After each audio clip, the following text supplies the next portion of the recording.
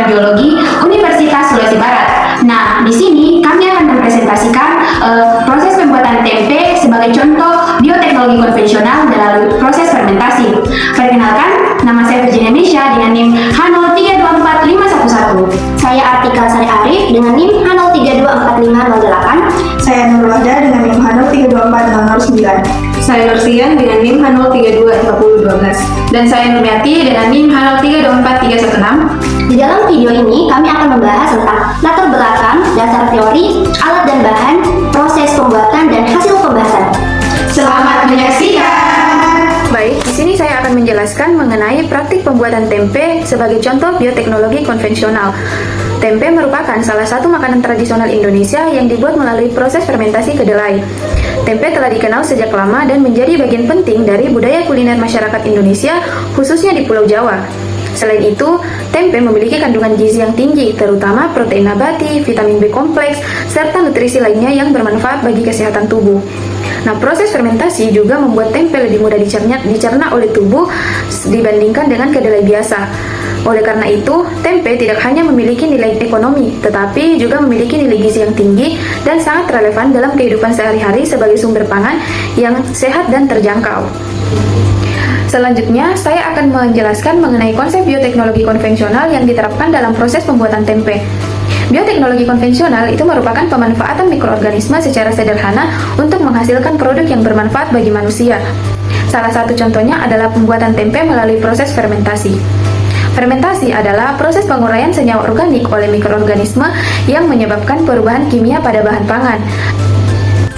Jadi, pada mikroorganisme utama yang berperan dalam proses pembuatan tempe adalah jamur Rhizopus oligosporus. Jamur ini termasuk dalam kelompok kapang yang mampu tumbuh dengan baik pada kedelai yang telah direbus dan didinginkan.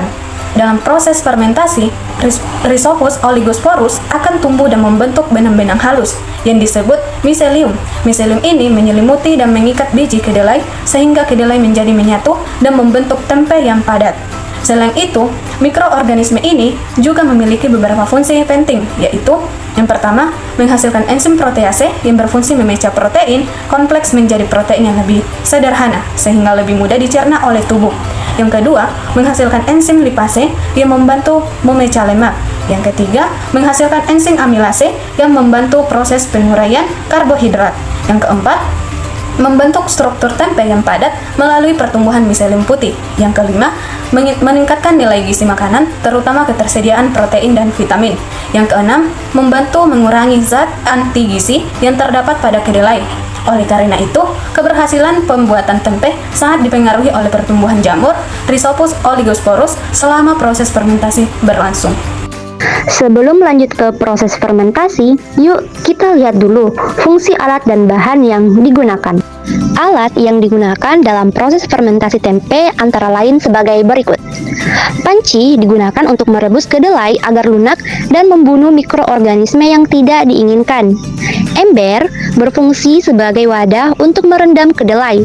Saringan digunakan untuk meniriskan kedelai agar tidak terlalu basah sebelum diberi ragi. Sendok dipakai untuk mengaduk dan mencampurkan ragi agar merata.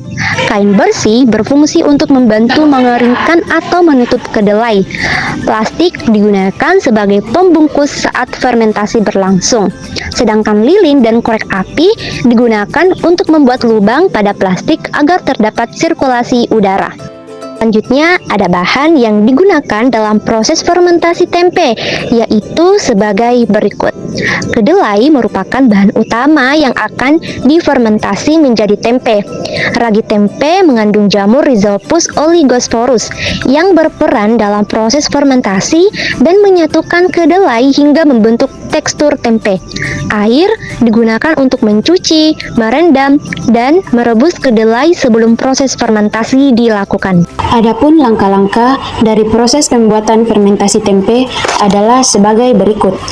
Pertama, rendam kedelai kurang lebih 8 hingga 12 jam sampai kedelai mengembang. Kedua, sortir dan cuci kedelai sambil dibersihkan dari kulit ari biji kedelai. Ketiga, rebus kedelai kurang lebih 30 menit hingga kedelai empuk. Keempat, tiriskan kedelai yang telah empuk dengan saringan. Kemudian, amparkan kedelai pada kain bersih sambil diangin-anginkan menggunakan bantuan kipas. Kelima, setelah kedelai dingin, campurkan kedelai dengan ragi secara merata dengan takaran kurang lebih 1 sendok teh ragi per 500 gram kedelai. Keenam, setelah kedelai tercampur dengan ragi, masukkan ke dalam plastik, lalu lubangi permukaan atas dan bawah plastik menggunakan jarum.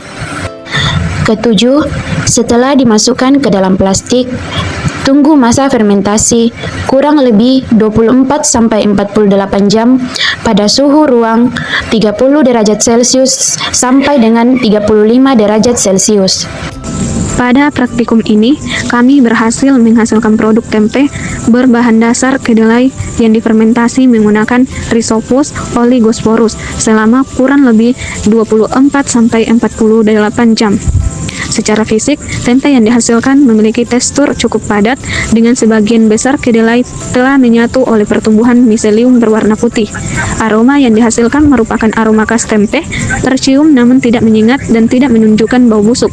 Meskipun demikian, pada beberapa bagian terdapat bercak keabu-abuan hingga kehitaman yang menunjukkan kapan mulai memasuki fase sporulasi. Hal ini kemungkinan dipergunakan oleh lamanya fermentasi atau kondisi suhu yang kurang stabil. Pun kendala yang kami hadapi selama proses pembuatan yaitu kesulitan dalam mencari ragi tempe yang sesuai serta pertumbuhan miselium yang belum merata akibat ketebalan kedelai dalam kawasan. Untuk mengatasinya, kami mencari ragi di beberapa tempat hingga mendapatkannya, serta melakukan pencampuran yang lebih merata dan mengatur ketebalan tempe agar fermentasi lebih optimal.